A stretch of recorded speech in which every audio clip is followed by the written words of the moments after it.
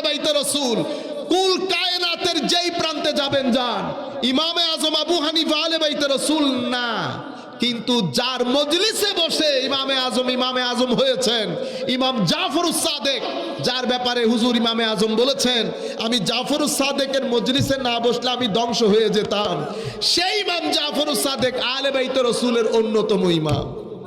আপনারা বুঝতে পেরেছেন? সেই যুগ থেকে এই যুগ পর্যন্ত হাদিসের খেদমত, তফসিরের খেদমত, ফিকার খেদমত, তাসাউফের খেদমত, ইসলামের খেদমত, দ্বীনের খেদমত, জিহাদের ময়দানে প্রত্যেকটা জায়গায় খেদমত আহলে বাইতে রাসূলের সাল্লাল্লাহু আলাইহি ওয়াসাল্লাম। হাবিব, আপনি মনে করতেছেন নির্বংশ কিয়ামত পর্যন্ত আপনার আহলে বাইতে রাসূলরা এই দ্বীনের মশালদারি হবে? যারা আপনাকে নির্বংশ বলছে তাদের কোনো অস্তিত্ব